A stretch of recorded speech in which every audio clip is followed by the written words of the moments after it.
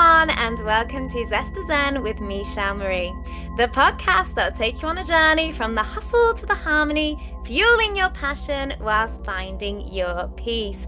Today is an absolutely incredible special moment. It's our first live panel series, and I am beyond grateful for each of you for being here, whether you're joining us live or tuning in later to watch the recording. We really value your input and all the time you're taking to really listen to this incredible conversation that's going to happen today. That is already global. We have our speakers from all over the world already. So I would like to give a heartfelt thank you to all our expert panelists and for everyone tuning in. So let's meet them. We have the incredible Jonathan Robinson, a master of past life regression and custom hypnotherapy, helping clients release deep-rooted trauma, uncover clarity, and step into profound personal transformation. Then, not forgetting, we have the absolutely fabulous Dall, who is a kinesiologist and intuitive energy alchemist, guiding leaders and visionaries from survival mode to vibrant alignment and using ancestral healing and powerful energy practices. Wow. And absolutely last but not least, we have the truly inspiring Kamau, a mental health advocate and executive operations expert, empowering individuals to rediscover and connect to their purpose, live intentionally, and drive high impact growth both personally and professionally. Wow. I have already had the privilege of speaking to all of these guests on a one-to-one basis, and we will put all their episodes in the show notes. So please go and watch those. But now it's our time to really dive into a topic that is very special to them, which is spirituality, intuition, and energy work. And I know you're going to get so many incredible insights and really awakening conversations from this big discussion. So let's not talk any further because it's their time for them to shine. And yeah, welcome everyone. Thank you. How are you all today? Good. Okay, so first of all, one question that I think is really something that I think often we all have our own personal link to, but it can be done in very different ways by ourselves, and it will make sense what I'm talking about in a minute. So I know each of you work with your intuition, but I would love to know what powerful moment really shifted the direction of your life where you fully, truly trusted your intuition. And I would love to start with, let's go for Jonathan. Yeah. Thanks for having me. I do past life regression, hypnotherapy. If anyone's ever read the works of Dolores Cannon and Michael Newton, past life regression is known in many different spiritual modalities. And I first discovered it at a health food store. I heard the cash register person talk about Michael Newton. My intuition made my entire body vibrate like it was really important. My alert senses went off, and I didn't know why, but I researched that name when I got home, and lo and behold, he's done past life regressions with tens of thousands of people from all different walks of life, all different cultures, all different religions, that everybody can do past life regression. What I found. So hundreds of clients so far from all over the world, and I'm just honored to be able to take that spiritual journey with them, alleviate deep healing, find out hidden talents, find out who they were in past lives. So that moment for me shifted my paradigm so much that now I help people all over the world with it, and honored to be here. Amazing. Thank you so much, Jonathan. What about you, Njau? So intuition, I think, is something that I've innately had all of my life, but you don't really realize it until, I suppose, circumstances and situations occur and you think, that's interesting.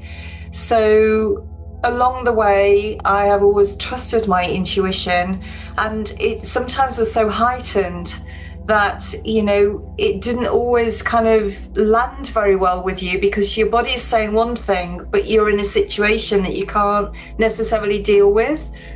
Yeah. I think particularly through doing energy work, kinesiology particularly, it is about trusting your innate intuition and also the body's intuition. And so the more I've practiced that over the last 22 years, the more the intuition has got sharper and sharper and sharper. And I think that everybody has intuition, everybody has it, but so often we question it or doubt it, don't trust it. And I would say to anybody, if you have that inkling, that sense, that feeling, that tingling, that knowing, then just really kind of honor it. Because actually, once you start to honor it, then you can develop it and it will serve you well. So yes. Absolutely. And you always do this, all of you. I will get onto you in a minute, Kamau, don't worry, I want to hear your take as well. But that was actually my next question, was if you don't know, like, and you just so beautifully answered it. So thank you, Njau. How about you, Kamau? Well, for me, I have to start by saying thank you so much for giving the opportunity to be in this panel. Yeah. Looking forward to discussing wonderful topics with the panel and you as well, Shel. For me, I could say I never used to listen to my intuition when I was younger. I used to be a people pleaser, you know, wanting to be good, to be nice to everyone, while neglecting myself and my own needs and wants. So I think also told you about this, Shel, last year when I went through depression and so much of self-identity crisis where I didn't know myself. So I actually even resigned from my job where I was working for the past 7 years. So I just sat down there in my despair and anguish and just asked God, you know, what should I do with my life now? Because I don't know what to do. So after, you know, talking to him for a long time by myself, sitting in the silence, shutting out the noise and the confusion, I was able to find clarity and to know that I'm supposed to follow a path of helping others as well on their journey of self-identity, and to help them reach their best versions of themselves and to help them walk in their truth, you know, walk in their purpose and walk in their alignment. So it's a cause that is very dear to me, and I have done it now for this whole year, and I'm looking forward to, you know, creating more impact on a global scale. Absolutely. And just listening to you all, obviously, like I hear the main message being that you all went within, but actually externally the process, when you look at it, was all very different. And I think this is something that's really important for people to really connect to, that it is a personal journey going within, but equally it's not always going to look exactly the same. And I think that's really important. And as you've all expressed so beautifully, you know, with your modalities that you have, ultimately, and I'd love your take on this, there's us connecting to ourselves and finding our power, but then I believe that actually being of service and outsourcing it, not outsourcing it, I think that's the wrong word, but, you know, helping another is actually another layer of really trusting your intuition. What would you think about that? I'd love your take, whoever feels called to answer. So for me, yes, definitely, because through doing the kinesiology, I'm listening to a person's innate inner wisdom, and I trust that their intuition will talk to my intuition. Yeah. So that I'm guided by what will serve them and heal them the most effectively, and take them beyond anything that they thought was possible. But also in doing so, when people then listen to the words that come up that they may need to think or you know, just say even, they go, oh, I knew that. but they didn't know how. They didn't have the tools, the resources to tap into it, to listen as carefully as we do when I work closely with somebody, either in person or remotely. So it is a joy to work with other people's intuition. And at the end of the treatment, so often, and I see some nods here from my fellow speakers here, but so often at the end it'll come up with something like, for example, you need to paint your bedroom a different colour because it's not helping restful, peaceful sleep. And then you choose the colour, the body tells me the colour, and they write down the same colour that they wanted to paint it, but they haven't painted it. Wow. It is phenomenal. It's just phenomenal. Have any of you got anything to add to that? You don't have to, it's only if you have something to add to it. Yeah, I'll add something that's been coming up often in my sessions, which is we need to ask for help more. So we have free will here on Earth, and they can't interfere.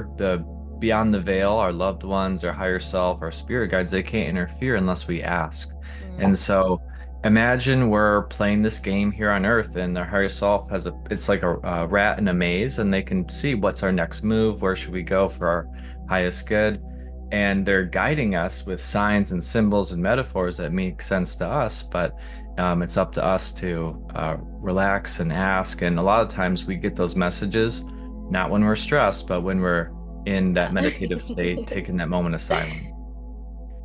Thank you so much for adding to that, Jonathan. And obviously, if there's anything you want to add, Kamau, but something that's just come up right now for me is also when you don't want it to be what you think. It's that sign or that insight that you're like, no, I don't want that one, thanks, send me another one. And I would love to know your take on when sometimes these conversations with clients are a little bit trickier, like how you still be authentic and give the highest good service, but also not pretend to them or lead them down a path, because we're still in service of making sure that they get the insights that they need, but how you kind of go around and deliver that in the best way possible. Because I think this, we do have that quality of care when we're working with people.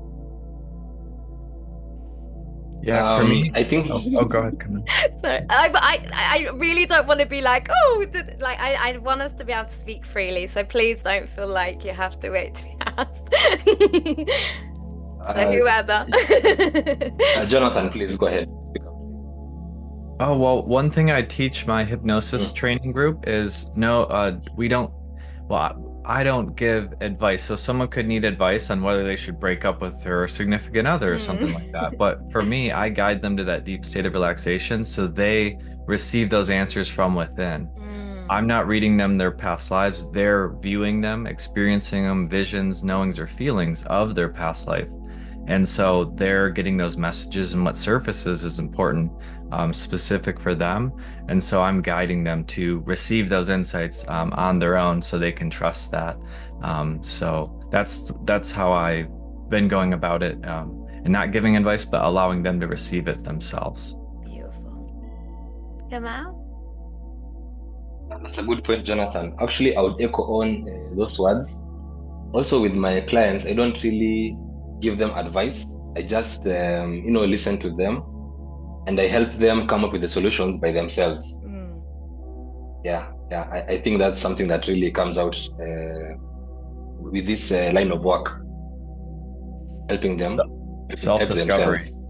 Yes, exactly. Yeah. Beautiful. Yeah, absolutely. And I know we touched on this a little bit, but how would you, any of you, when someone is really not kind of disconnected from their intuition, or like what we say, really not wanting to accept maybe what they're receiving, do you have any advice for people of how they can see it from like a higher perspective and embrace it more as not something that's going to limit their experience, but actually it's going to expand them and bring, sometimes it isn't just a smooth journey, is it? Sometimes, it seems like it's chaos, but it's sometimes the greatest breakthrough, I believe. So for me, when you're testing the body and the body gives you the answers, when you reflect back to a client what their body would like them to do for their greatest good, there's no argument really. And there's an element of them that already knows it. Just like you say, they don't want to necessarily hear it or believe it or want to do it.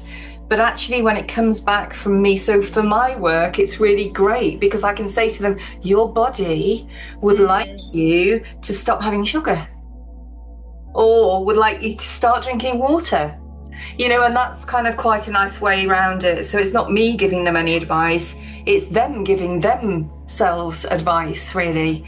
So that's what makes me smile sometimes when I'm working with my clients. I love that. And actually thinking about what you said, Jonathan, it's kind of the same, isn't it? Because they're the one that's gone in to the experience, and then they're sharing, if they want to share at the end, whatever they share with you. So again, it's kind of like, well, you saw that. Not saying, like it's not on me, but when we reflect, when we go over it, like at some point it's something that's come to our mind and that we have, attached meaning to or something. So I love that. Thank you. Yeah, us humans, we seek comfort, but we don't grow when we're comfortable. And exactly. So do that new thing, do that uncomfortable thing, and the change is hard, but staying the same sometimes is harder long term. And so doing that hard thing, making that adjustment, shifting courses, and being open to being uncomfortable. Yeah, definitely. I use an analogy, Jonathan, a lot in the work that I do. So I use the analogy of a comfy pair of slippers that actually they're not comfortable anymore because they're so worn out and they've got holes in that actually they're not comfortable. And so what we do is we put those in the bin and we order some new shoes. But when you first put them on, they're uncomfortable. They're not quite as, worn in, so soft or pliable or whatever. But it's nice to receive the new shoes and for them to be the familiar over time. So yeah, really get what you just said there. I love that analogy. Yeah, I do.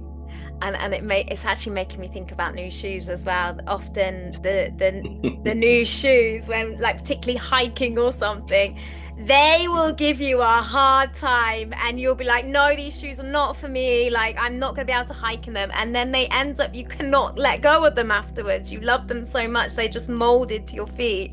And I think that again just represents what you said and like the journey of life, really, doesn't it? Yeah. That relates to like everything, new relationships, new job, new car, new all kinds of things. And I made up a quote. It says, friends are like clothes. Some clothes never wear out. Some clothes go out of style fast. Some clothes you just wear to an outing and then you never wear them again. Some friends wear out quick, but some friends last forever. They're your best friends. They're the people that you want to hang out with. They'll help you on rainy days. And so friends are like clothes in many ways, or shoes or slippers.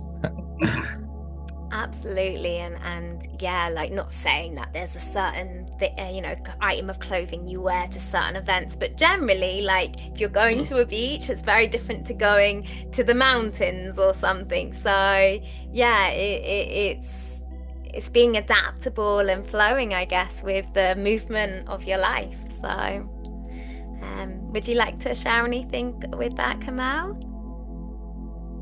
Yes. There's a quote I read somewhere that says that change is difficult beginning, it is messy in between, it is beautiful the end. So I carry that quote with me in whatever I do, because I would like to believe that change is inevitable. You have to be able to embrace change, to be a better version of yourself, to be able to be better than you were last month, last year, better than you were 5 years ago. You'll always be able to embracing progress over perfection, not seeking perfection, but just being able to say, I'm better than I was yesterday. And I think that's amazing. And being able to tell people that as well, and to inspire them that they can do that because it's within their power to do so. Yeah. Absolutely. And it makes me think back to the Einstein quote of all of the things you've expressed today, all of you, of, you know, change, of the clothing, even down to comfort zone. I just think often, you know, like what we say, that uncomfortability, but then we have to go back to these patterns often, which is something that we often have to do. And we can't solve an old pattern with the same thinking. So that's why I think it's important to have these discussions where particularly you're all from different lines of work, but equally, ultimately, you're all diving deep in order to find not a solution, because I don't feel like anything is ever tick done. It's an ongoing process, but just helping people navigate and listen to their body, go within, and just connect more to self, I believe. So thinking about energy, because obviously I know that you work with energy, and you've already so beautifully said it already, about the body or the mind. How would you like give advice to someone listening right now who's maybe showing, well, not showing signs, but maybe could you like give them some ideas of how they might be out of alignment maybe with their energy? Or I hope that makes sense, like where they're questioning, like what we said, when something comes up and then it's like, okay, am I wanting this now in my life and believing that this is what I should be doing, or am I actually really tapping and listening to what I should be doing? Does that make sense? Yeah, I think when people are out of alignment, somewhere within them, something's difficult. So the flow isn't there.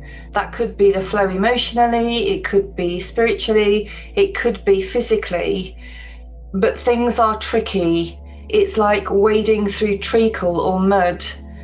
Things just take longer, things don't happen easily. A lot of effort has to go in order to do anything.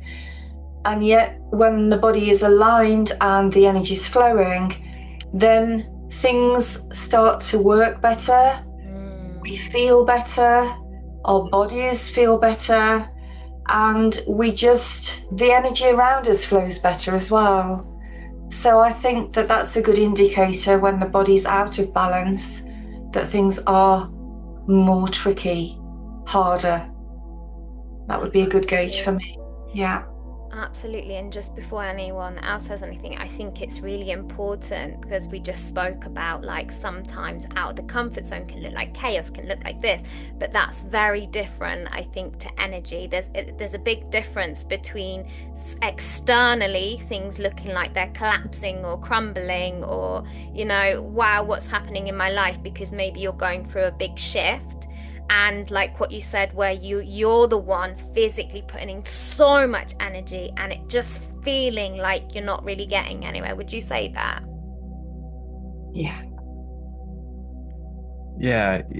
I'll give you an example. When I was working at my last job, I felt at first it was okay, it was a stepping stone, but then it just started to kind of eat me alive. My health went down, my stress level was up, I was in a relationship I was in for way too long, and everything was hard, you know, life wasn't fun. And after I started meditating, I quit my job next month, nothing else lined up, and started my own path. And even though the new path was harder, I was doing things I've never done before, I was growing and learning and expanding, and I wasn't stuck in that boring, unfulfilling. If we don't feel like we have a purpose now, a lot of people, you know, we're depressed. We want to feel like we have a purpose, we're fulfilled, and we want to, and a lot of that comes down to learning and progressing, being in service to others, and growing spiritually, and just being a better human in general. Absolutely. And I think actually that goes back to what you expressed right at the start, Kamau, when you shared your own journey so beautifully. So yeah, I think survival mode is very different to, like what you say, expansion and new opportunities coming in. Because if anything, and I would love your take on this, Jennifer and Kamau, and I don't know if Joe's ever experienced this, but I definitely have. Actually, the easier choice isn't to leave the job. So I think it's different when something comes and we're kind of pushed out of something, and we almost feel like we're swimming and have to survive. And sometimes that does happen because we need that push. But it's very different to making a choice through maybe feeling unfulfilled, and then being like, okay, all right, this is really pushing me out of my comfort zone now. But they're still learning, and you're still growing in the process. I think when it's like you're stuck and you're stagnant and it feels like a loop, that's when I would love your take. But that's when I feel like you'd be out of alignment. Yeah, absolutely. If there's no growth, it kind of feels stagnant. That's one reason I want to move to a different city. I'm going to move next month to Austin, Texas, because I just feel stagnant here. And you'll know because you'll keep getting the same patterns or cycles that'll keep repeating. It's like a test. The universe is saying, time to leave, it'll keep bringing you the same situations. Maybe it's uncomfortable. And it's like, what is going on here? It's like a loop. And then it finally, you make that shift and then it stops. You pass the test. The universe is a hard teacher. It'll continue to bring you those tests and challenges until you either step up for it, pass it, or move on to the next thing. So I think that's really important, because that shows, doesn't it, when you question again, why, that's very clear it's a loop. Whereas applying for a job and being like, okay, why is this not happening? That's very different, because you've took action and you've got a response. Whereas if you're like what you say, you're just continuing and then like, it's come round again. Beautiful. I'm really loving this conversation. I don't know if there's just anything, I don't want it to just feel like just an interview. I also would like, if there's anything that you feel like would really benefit from this panel discussion, or anything you would love to share, like feel free. I've got lots of questions, but I just want it to be more collaborative and open. I can share a little bit about cycles and patterns. I mean, so in these past life regressions I see patterns and cycles happening over lifetimes, not only in this life. I had someone with a lady who had relationship trauma in this lifetime, abusive partner. We did a past life regression. It showed her a past life. She was in an abusive relationship then, and it led to her demise eventually. She was shown another past life where she was the abuser. She was the one in that relationship, the bully. And then it showed her another past life loving on a farm, just very simple with kids and those wonderful moments. So in these sessions, we get shown patterns or cycles of things that are occurring over many lifetimes sometimes. And we need to pass those tests, get to the next level. Now her throat chakra was opened up in the session. It was clogged because she wasn't speaking her truth. She was hesitating. A lot of times we're punished in past lives if we speak out. They burned witches, unfortunately, and then we're just all spirit. Do you fear the witch, or do you fear the mob that burned the witch? Well, I fear the silly mob that did that.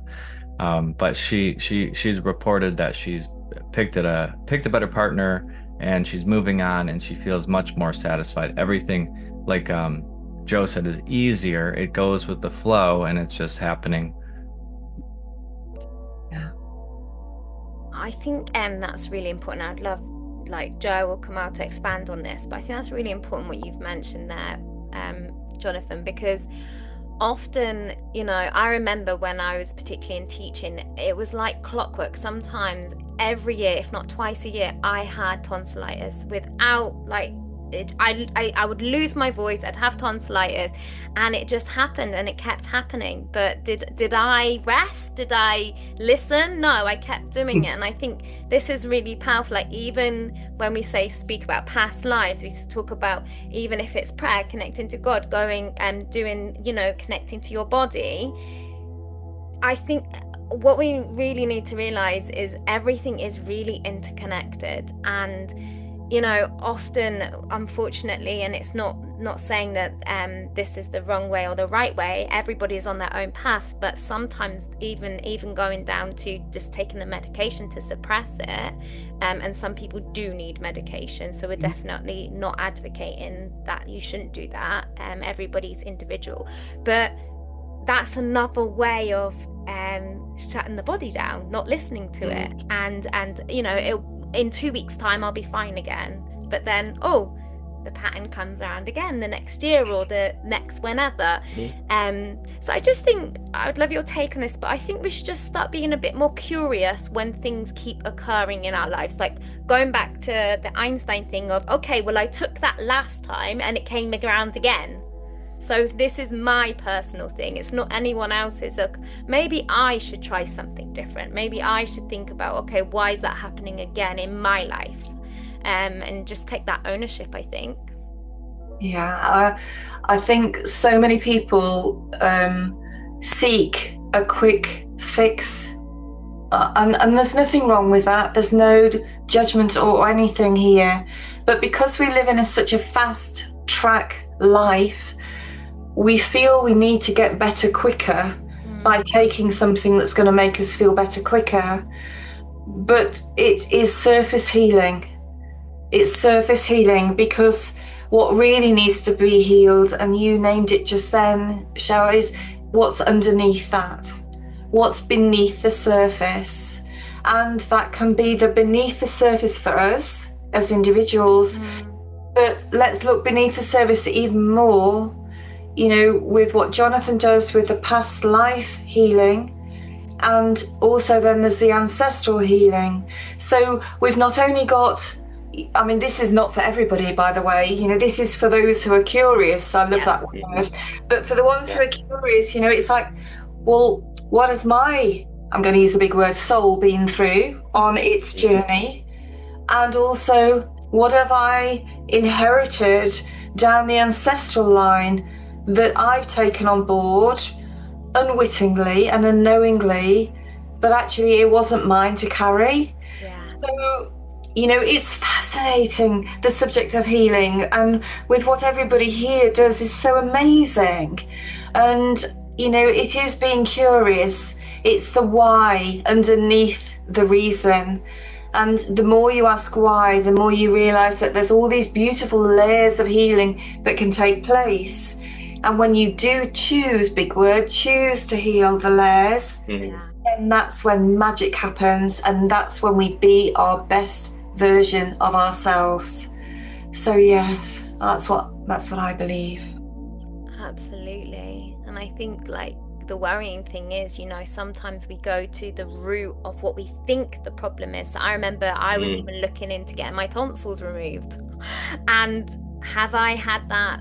And again, it wasn't teaching. Let's identify that as well, because it was my mindset and how I was approaching what was happening in my life. And I can't even tell you the last time I was unwell, to be honest.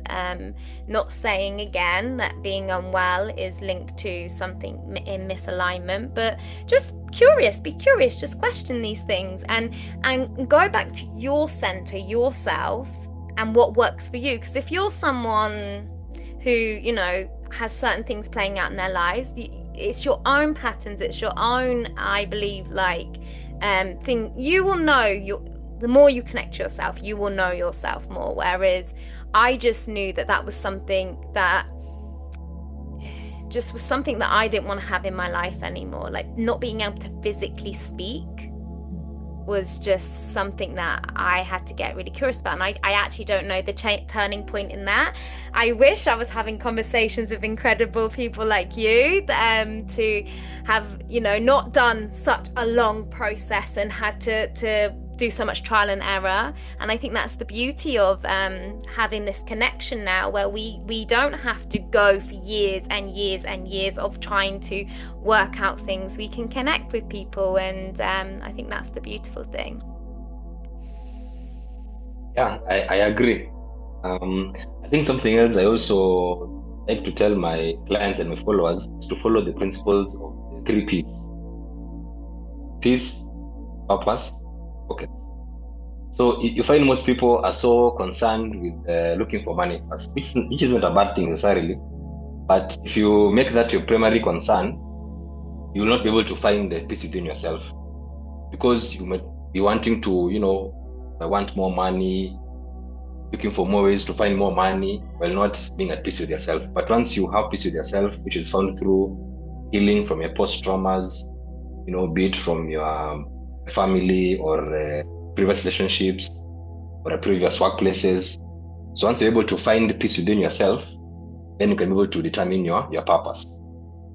Because the peace will be able to give you clarity, and it will remove the clouds that are in your mind, in the fog. Yeah. So you see now with peace and then purpose, and then I'll be able to find room to be able to look for pockets, look for money, finances. I think it just all goes back to intention, doesn't it? What's your true, what's really your true core intention? Like, are you really doing this because you really care about the people that you're connecting with, or is it for whatever reason? I think, it's just, sometimes we don't always know. It's not so loud and clear, but when we really stop and connect, I think we can often know what the true intention is. Thank you for sharing that as well, because I think you're so right about peace within. And I think if a lot of people ask themselves the question, do I feel peace within? I wonder what their answer would be, because there are a lot of people, unfortunately, who don't know that place.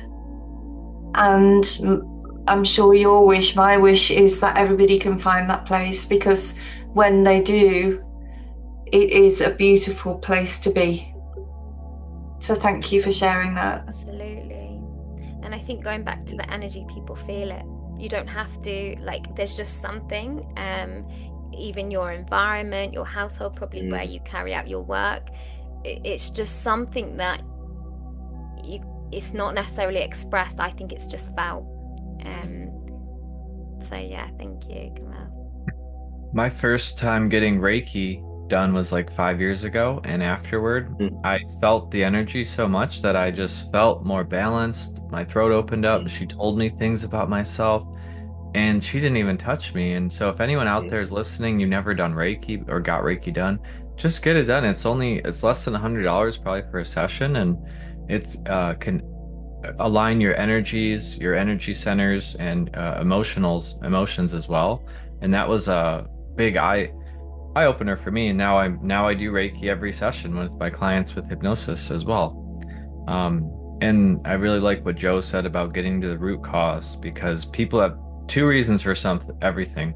One that sounds good and a real reason. And a lot of times we have to get to that real reason with our clients and people to really find out what's wrong. And sometimes it's unconscious, but getting to the root cause, not just putting a Band-Aid on it and just it's like a ship with a hole in it and you put duct tape on it to patch it temporarily instead of really fixing it. So that's why I love holistic practitioners, facilitators, and people that want to do it, because it really is holistic and wellness and gets to the root cause. Because if your arm has cancer on it, your arm didn't do anything wrong. It's the system, it's the daily things and our choices that led to that.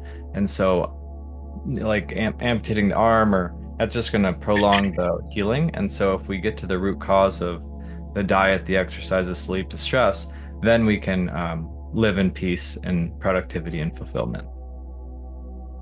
Beautiful. And I think mindset plays a big part in that as well, because we can want to connect and change, but often we have to really, really listen to how we're speaking to ourselves and what we're communicating. Because you could say, oh, you hear all these stories of people healing, or people, and then, but that's them. You have to really tune into what you're really telling yourself, because I believe, and this is just my belief, but we are that powerful that what we tell ourselves, it's Words are powerful. So I believe, like, as much as we go to seek external support, sometimes we have to take a lot of ownership for what we're also doing when we're having that process. Like, what are we still feeding our mind? Who are we still associating with? What are we and it's not a quick fix. Like, even now, and I'm sure you're all the same, even when you're on your own path, there's things that will come up some days and it is so loud and you're like, where is this coming from? Like, please, like, this is not my normal mind, or whatever. Yeah. And just, I think we need to just be really kind to ourselves on those days and know that, you know, we are just having our experience, and some days are going to feel like ease and flow, and some days are going to feel like, you know, you're hitting that brick wall sometimes, and that's just not saying that's just life, but I think just knowing that you never know what day you're going to face, but to just have the resilience and the mindset and the willpower to know that this isn't me, this is just something that's coming through me right now. Yeah. And I sometimes say to clients, and I'm sure that you too, you know, would you say those things to your best friend? Would you say those things to your partner or your children? And they go, no, never, would never do that. So don't, you know, sometimes just don't say those things to yourself, because you are your best friend. And so don't talk to yourself like that, you know, show yourself compassion, kindness. And it does make people kind of reflect on that a little bit. So. And I think even with that, like, it's again, it's a process, like, for having, say, years of being unkind to yourself, not being very motivating, not being very uplifting. Again, I found, because I'm someone that did that for years and years and years, you know. I didn't even recognize the person that I was looking at in the mirror, and I remember at the time of knowing this and really like, wow, yeah, that's so powerful, and starting to do that, and my mind was not happy with it.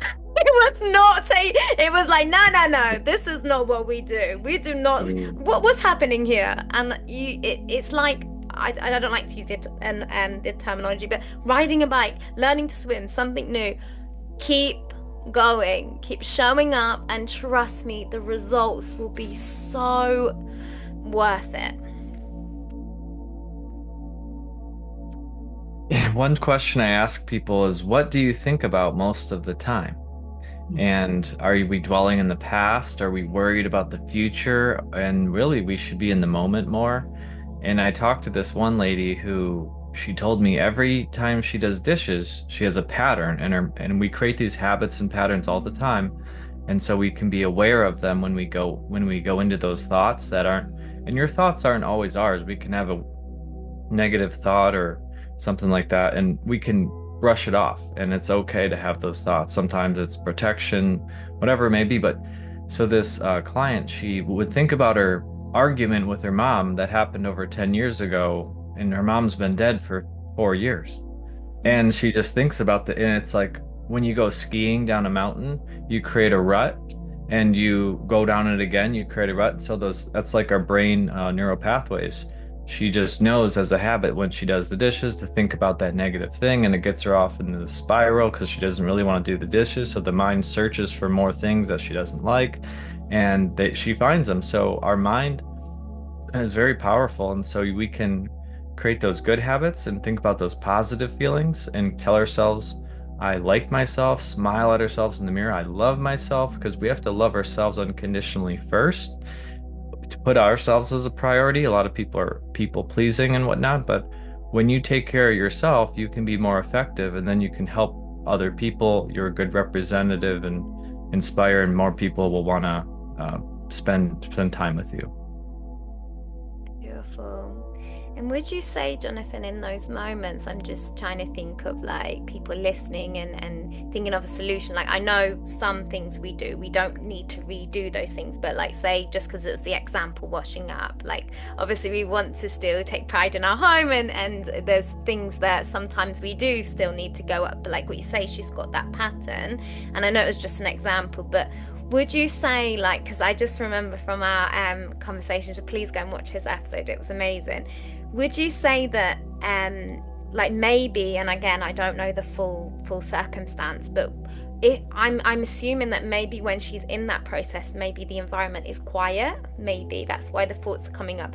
Would you say, like, put on your favorite music, or just do it a different way, start changing and reprogramming that experience? Or I know we're talking about literally some, like again, just using the example you shared. Make an adjustment, make a change, do something out of the normal to create a new pattern, because the mind, the subconscious mind likes patterns because it likes to make things easier.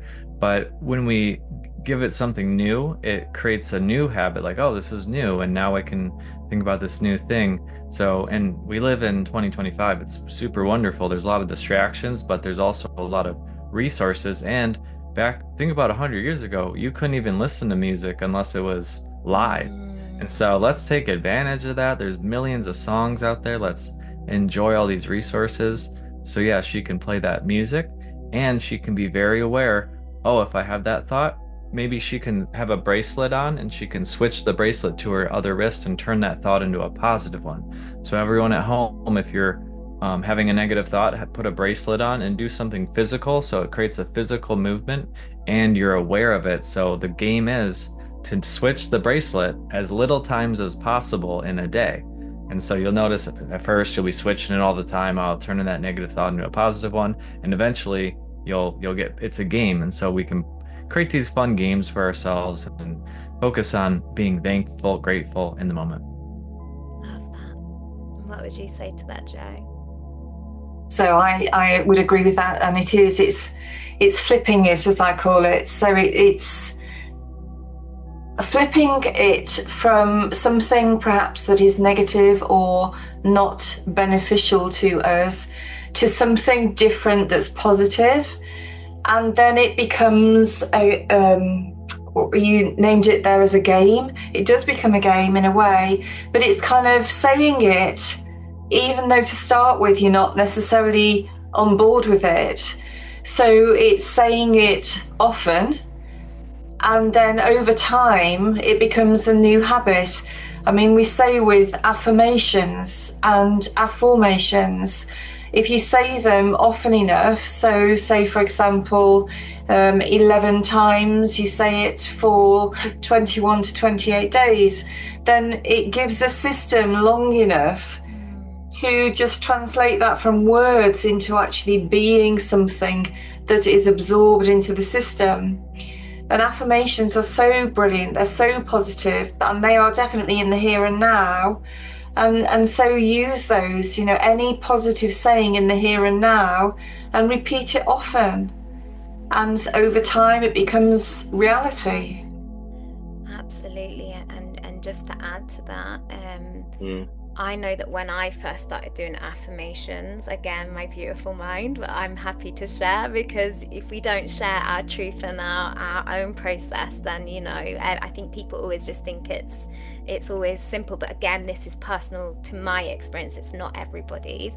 But I remember doing the whole I am powerful, these, really starting to do it. And my mind was like, no, you're not.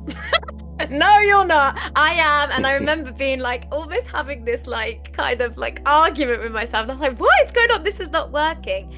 And then I believe, going back to the signs, what you said, and things coming into our life at the perfect time. And I believe YouTube does this to me all the time. And something came up and it said, what if?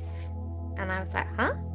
And it said, instead of saying I am, because sometimes, and this again is just my personal experience, our brain is not quite ready to accept that at the point of however many years you've been saying it's complete opposite. You say, what if I knew things about myself that showed I was powerful?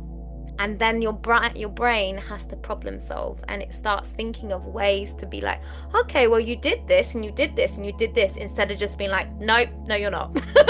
And obviously the word powerful is not the best, but even I am loved, and then it's saying, no, you're not. Whereas it will say okay, I wonder how I would know I'm loved. Well, you have friends, you have family, and it starts doing the problem solving. And I really found that was like a really backdoor way round doing the affirmations. But like now I'm in a place where I could do the straight away I am, because I think I am is powerful. But it was not really personally for me working at that point, and if anything it was causing more chaos in my mind. So I don't know if that would help somebody just sharing that. What about you, Kamau, when you would like, because I know that you went through a really transformational episode in your life, like what kind of tools and techniques did you use to support your growth? And because I know you've created the most phenomenal network that really support you. I think for me, what worked for me was just being real, just sharing my story, struggles, my fears, my triumphs. In that way, it made people kind of resonate with me, because they could say that, oh, it even happened for him. So even me, I'm going through the same thing. So even me, I can change. Even me, I can become better. Even me, I can become more positive. So even for me, as you're saying, Shell, it also was difficult for me in accepting that I am powerful, I am great, because I was telling myself so many times over the years that I had so many negative thoughts of myself, and I wasn't feeling like I am worthy or anything. So having to rewire my brain was difficult in the beginning, but I just kept telling myself over and over and over again. And also practicing journaling, just writing down my thoughts in a diary, telling myself that, today it's been a good day.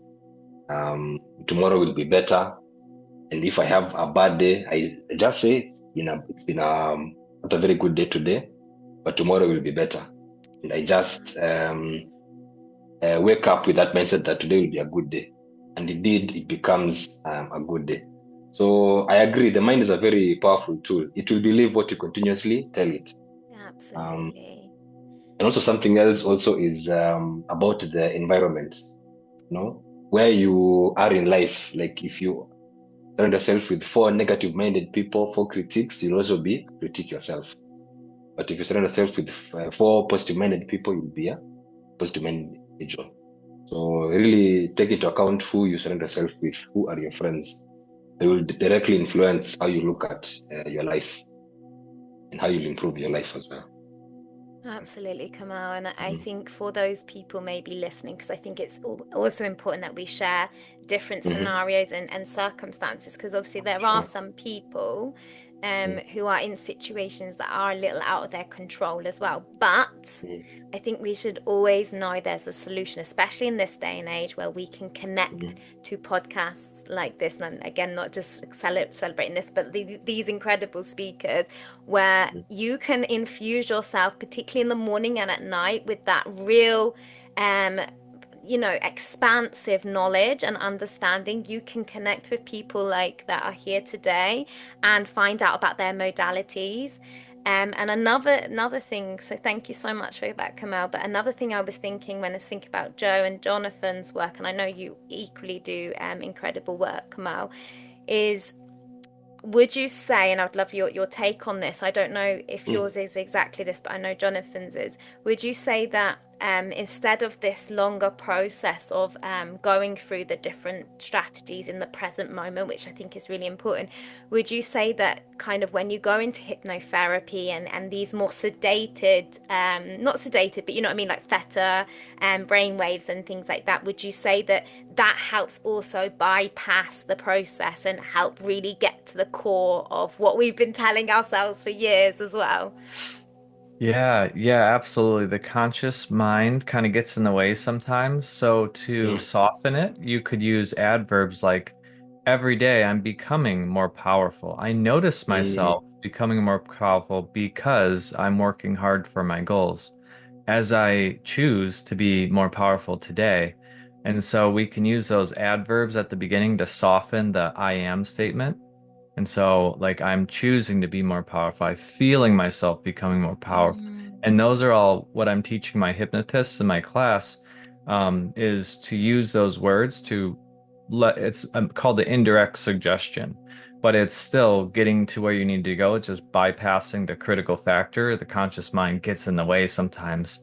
In hypnosis, we're very susceptible to receiving those powerful suggestions that get absorbed like dry skin absorbs lotion. And so you can say an affirmation 100 times, but if you don't believe it and the conscious mind believes it, that's when those true changes happen. So think about saying those I am words or adverbs before it to soften it. I'm noticing myself becoming more powerful, and because is a magic word as well. You guys have heard of the copy with because as a magic word, the copier experiment, where a lady went to get copies and she asked if she could cut in line.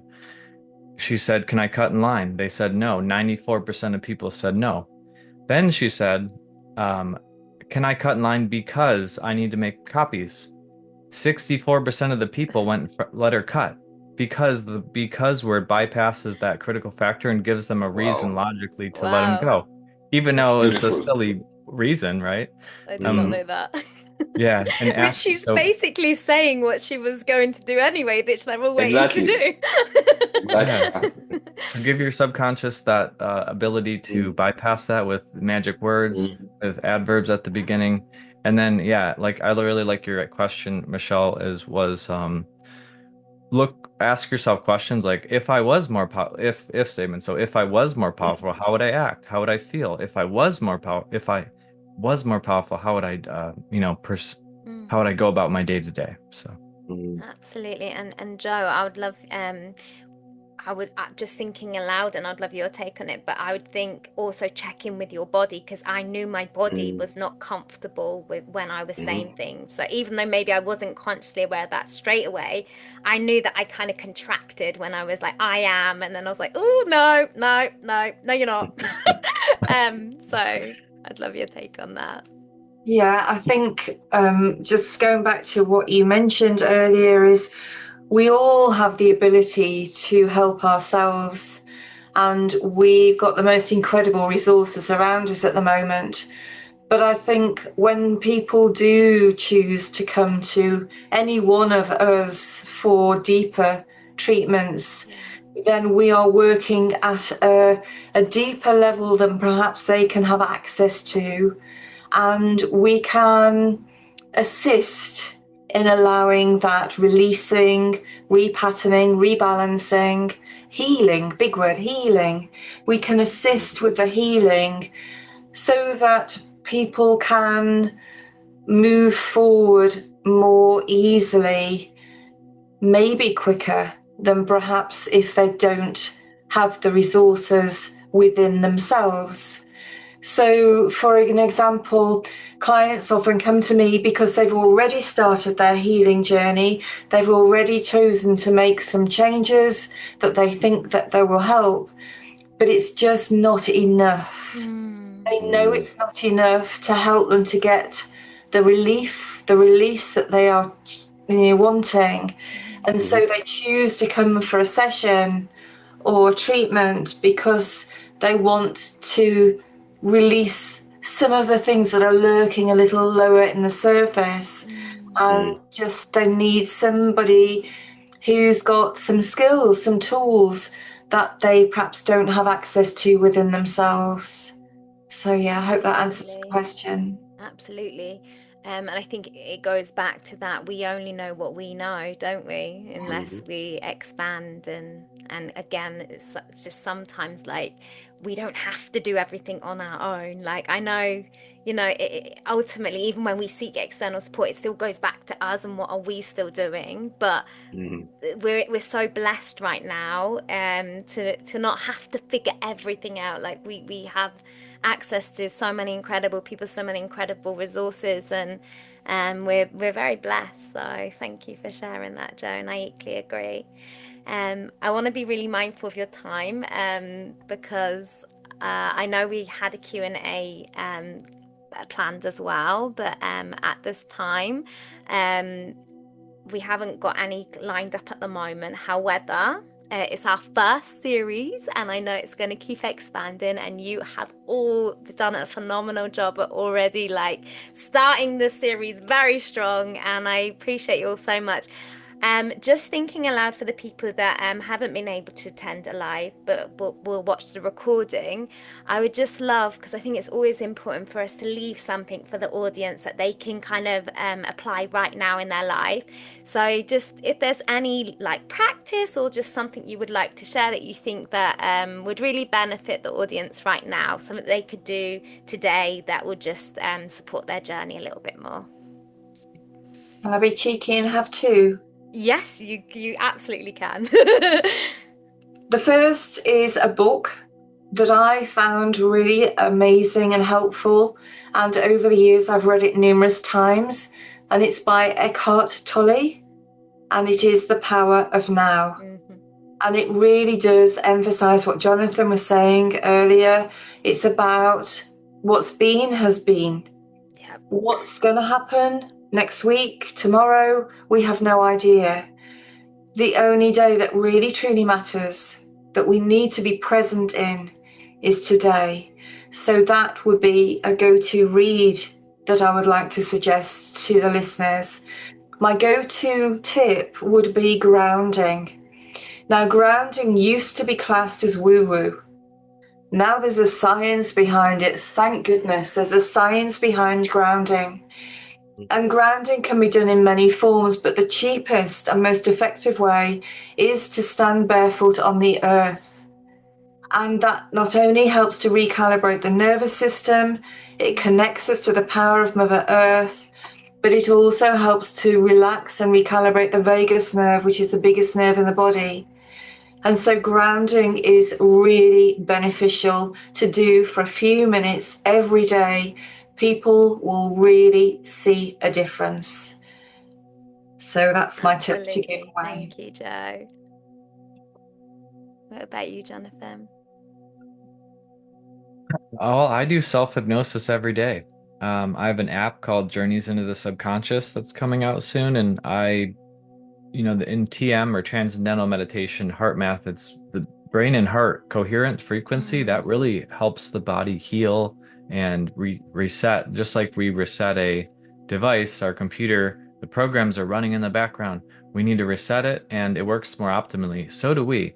And if our eyes did as much work as our legs, we'd walk 50 miles a day. So our eyes are especially with screens, we don't blink as much. So we need to rest our eyes, that rest the middle of our head, and our mind can really get that reset in. So doing a 20-minute meditation, and if meditation's too boring, throw on a hypnosis, because hypnosis relaxes the body, the breathing, and then the mind, going into that theta frequency just for 5 minutes. So like a 15-minute meditation, maybe it takes you 5 or 10 minutes to get to that theta.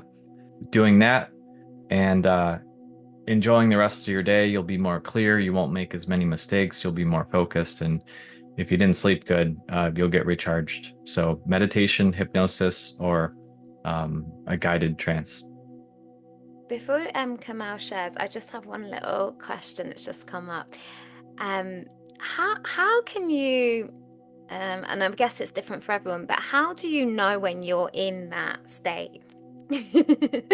Well, we go in and out of hypnosis every day, on average 12 times a day. So we're in it before we go to sleep. When we think of all those good ideas that we can't remember in the morning, that's the hypnosis. When we're driving on the highway and we miss our turn or think about that thought, get emotional, that's theta. So it's actually, when we watch TV, we go into alpha frequency. So that's why they call it programming.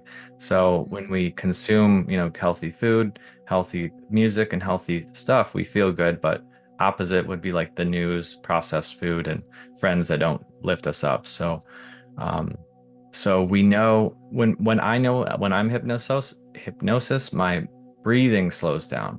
I notice it's more like a snore kind of breath.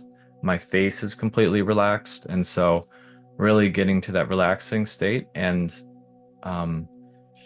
whether you get there or not, or feel it or not, it's very subtle. You'll know because you'll feel more recharged after. Thank you for that. Kamau? Wow. For me, I would just tell anyone who's ever listening right now is, most times people think that it's too late to start. They might think that they have become old, or they're adults, so they cannot like change. But it's never too late to start. Even right now, right here, someone can just start being more mindful, being more positive minded, choosing your environment better, choosing to be the best version of yourself, choosing to improve. So just start with whatever you have, whatever resources that you have at your disposal, as you continue to learn more. Because I believe it's an everyday thing, wanting to improve to be better than you were yesterday. So yeah, Absolutely. just start. Thank you, Just start. Kamau. And I think that so Mm, beautifully ties back to what Joe expressed earlier, that really powerful word mm, that you just said multiple times, mm, choice. So, mm.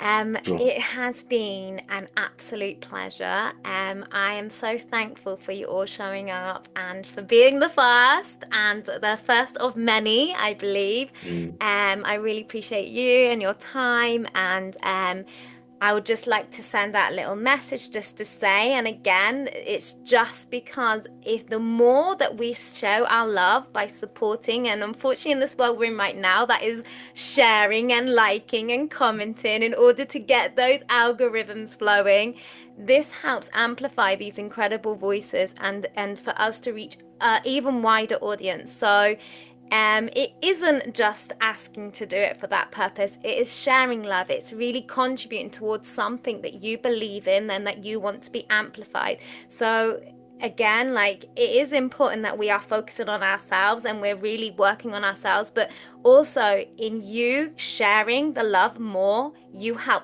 other people. And I think that's really important because we sometimes get stuck in these like for likes and things like that. And mhm, if there's something you could do today that's just doesn't even cost anything, by clicking a button, just helping somebody amplify their voice and their message even further.